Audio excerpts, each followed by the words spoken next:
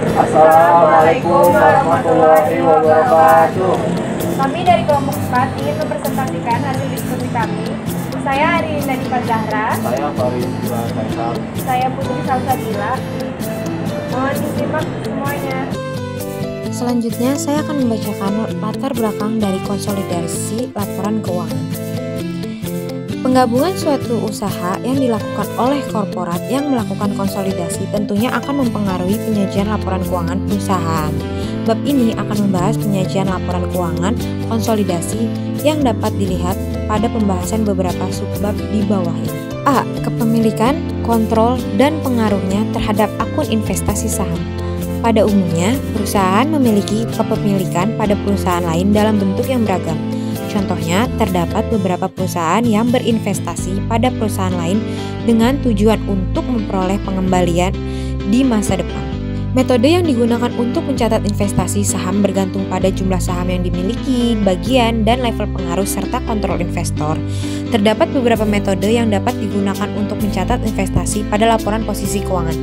Yang pertama, metode biaya digunakan untuk melaporkan investasi pada modal saham ketika konsolidasi dan metode ekuitas dinilai kurang cocok untuk digunakan.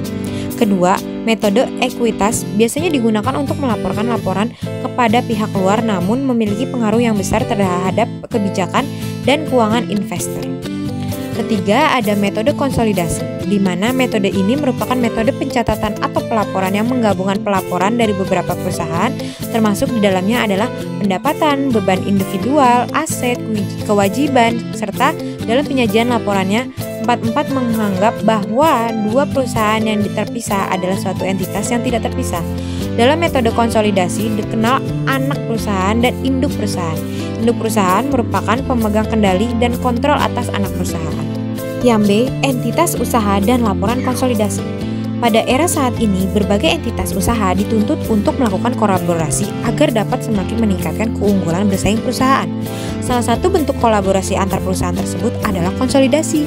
Sepintas dari luar terdapat perusahaan multikorporat besar yang hanya terdiri dari satu entitas saja.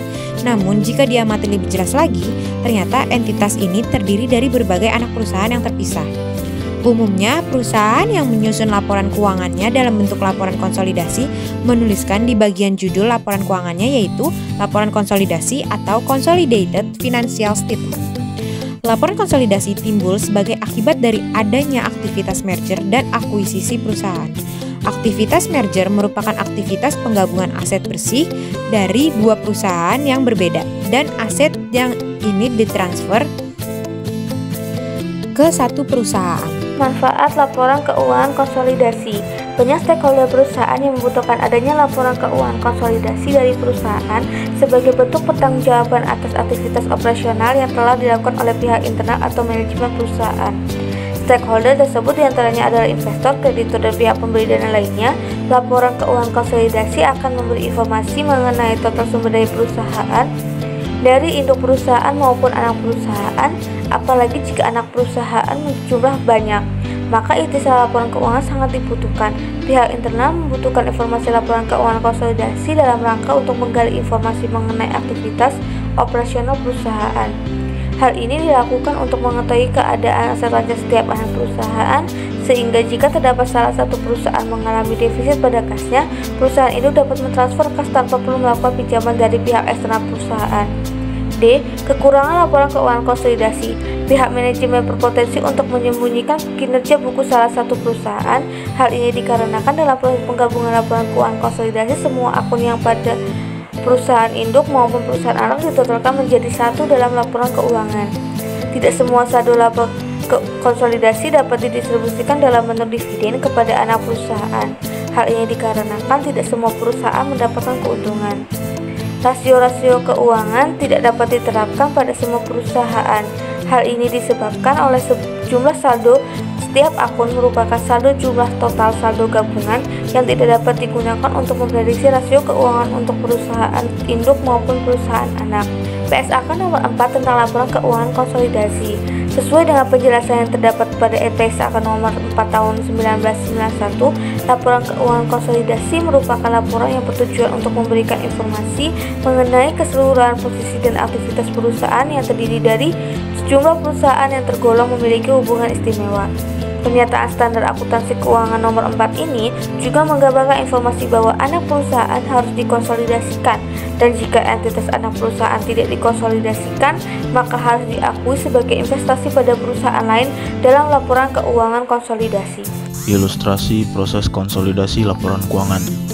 Hal utama yang disiapkan dalam membuat laporan keuangan konsolidasi adalah laporan keuangan masing-masing entitas usaha, baik itu perusahaan maupun anak perusahaan. Kemudian beberapa laporan tersebut ditotalkan. Namun sebelumnya ada beberapa akun yang dieliminasi, yakni akun piutang dan akun hutang.